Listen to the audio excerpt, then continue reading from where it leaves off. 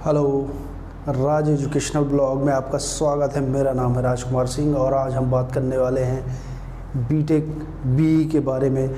आइए हम जानते हैं बीटेक और बीई क्या होता है, इसका सिलेक्शन प्रोसेस क्या होता है। सारी डिटेल आज हम जानेंगे बीई और बीटेक के बारे में। चलिए देखते हैं।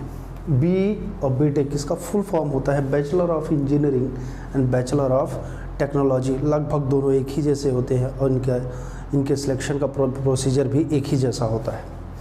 चलिए जानते हैं इसकी एलिजिबिलिटी क्या होती है। अगर हमको बीटेक करना है तो इसके लिए एलिजिबिलिटी क्या होती है। 12th पीसीएम से पास आउट होना ज़रूरी है, फिजिक्स केमिस्ट्री एंड मैथ्स से, या फिर आपका पॉलिटेक्निक कंप्लीट होना चाहिए। दूसरा है सिलेक्शन प्रोसेस की। अगर हम बात करें कि बीटेक या बीई में सिलेक्शन लेने के लिए हमको क्या करना पड़ेगा, तो उसके लिए आपको आईआईटी जेईई का एग्ज़ाम क्रैक करना पड़ेगा, उसके बाद ही आपका सिलेक्शन होगा। तीसरा है ड्यूरेशन। अगर इसके ड्यूरेशन की हम बात करें तो इसको कंप्लीट करने में 4 साल का टाइम लगता है, 4 इयर्स का टाइम पीरियड लगता है। बेस्ट इंस्टीट्यूट की बात करें, अगर बीटेक की सबसे अच्छी इंस्टीट्यूट की बात करें कि किस जगह से बीटेक करना सबसे अच्छा होगा, और तो वो इंस्टीट्यूट है आईआईटीज़, एनआईआईटी और ट्रिपल आईआईटी और ऑल गवर्नमेंट इंजीनियरिंग कॉलेज सभी स्टेट्स के। यही संस्थान है जो सबसे बेस्ट है बीटेक के लिए। स्कोप और जॉब की अगर हम बात करें तो स्कोप और जॉब इसमें 80-20 का रेशियो चलता है। इसको हम बाद में बात करते हैं। पहले ये देख लेते हैं कि इसमें कौन कौन सी ब्रांचेस होती हैं। अगर हम ब्रांच की बात करें, उसमें ढेर सारी ब्रांच होती हैं, बट हम कुछ ब्रांचेस जो मेन ब्रांच है उनके बारे में हम बात करते हैं।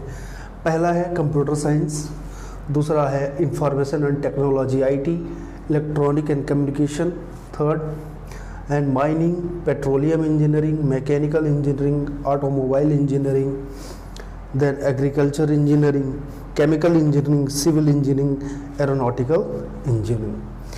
इतने सारी इंजीनियरिंग, इसके अलावा भी बहुत सारी ब्रांचेस होती हैं, पर ये कुछ मेन ब्रांचेस हैं जिन पर सबसे ज़्यादा फोकस स्टूडेंट्स का होता है। अब हम यहाँ पर बात करते हैं स्कोप और जॉब की। 80-20 मैंने इसलिए कहा क्योंकि आज हमारे देश में इंजीनियरिंग कॉलेज इतने ज़्यादा खुल चुके हैं और इतने ज़्यादा इंजीनियर्स या बीटेक भी किए बैचलर इंजीनियर्स पास आउट होते हैं पर ईयर। इतनी तो रिक्वायरमेंट हमारे देश में है ही नहीं, ना ही इतनी वैकेंसीज ना आती है, इतने जॉब्स अवेलेबल हैं। हम ये नहीं बोल सकते कि वो 80% स्टूडेंट, 80-20 के रेशियो का कहने का मतलब है कि जितने पास आउट स्टूडेंट होते हैं पर ईयर, उनमें से 20% से लेकर 30% अपन बोल सकते हैं, उतने लोगों को ही सिर्फ जॉब मिलती है।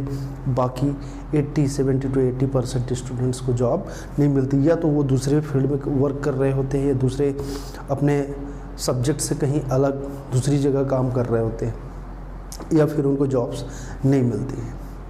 इसका सबसे बड़ा रीज़न है कि हमारे देश में जॉब है ही नहीं, या ये भी बोल सकते हैं कि इतने सारे कॉलेजेस हो चुके हैं कि इतने सारे इंजीनियर्स हर साल पास आउट होते हैं कि उनको जॉब दिलवाना बहुत ही मुश्किल है। कहने का मतलब एक टफ़ कंपटीशन बीटेक के फील्ड बी की फील्ड में हो चुका है, जो सबके बस की बात नहीं है।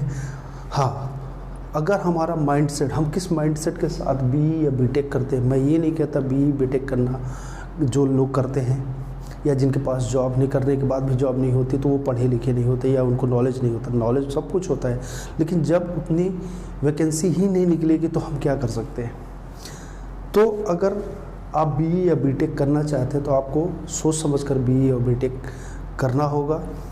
आप किस माइंडसेट से कॉलेज में एंट्री लेते हैं या आप सिलेक्ट होते हैं, आपको अपना माइंडसेट सेट करना होगा कि जब आप बीई या बीटेक करने जाएं तो आपका माइंडसेट ये होना चाहिए कि मुझे जॉब क्रिएट करनी है, ना कि जॉब करनी है। कुछ ऐसे माइंडसेट के साथ अगर आप कॉलेज ज्वाइन करेंगे तब जाकर आपका कुछ हो सकता है।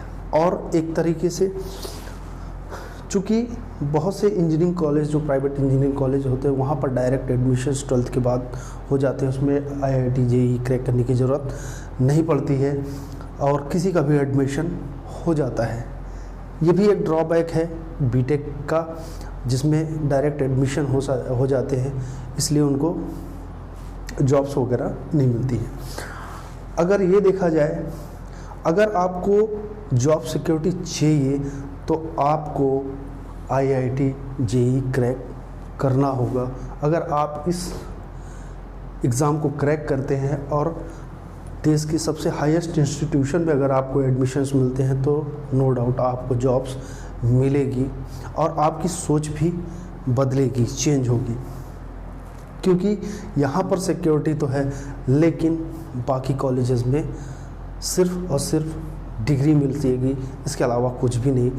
और बहुत सारे, मेरा खुद का एक्सपीरियंस है, मैंने देखा है कि बहुत सारे जो इंजीनियरिंग के स्टूडेंट्स होते हैं अपने फील्ड में उनको जॉब नहीं मिलती, वो दूसरे फील्ड में जाकर वर्क करते हैं। ऐसा एक्सपीरियंस है, मैंने देखा है। ओवरऑल ये सारी चीज़ें आपने देख ली कि क्या क्या इस फील्ड में है, क्या क्या हम कर सकते हैं, कितना टफ है या कितना कंपटीशन है। अगर इसके बारे में आपको और भी कोई नॉलेज चाहिए, अगर आप जानना चाहते हैं तो आप मुझे मैसेज कर सकते हैं, मैं उसका रिप्लाई ज़रूर दूंगा।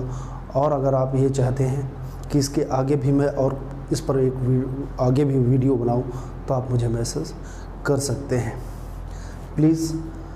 और हमारे चैनल को ज़रूर सब्सक्राइब करें, राज एजुकेशनल ब्लॉग को, ताकि नए नए वीडियोज़ एजुकेशन से रिलेटेड मैं आपको लगातार देता रहूं। Thank you.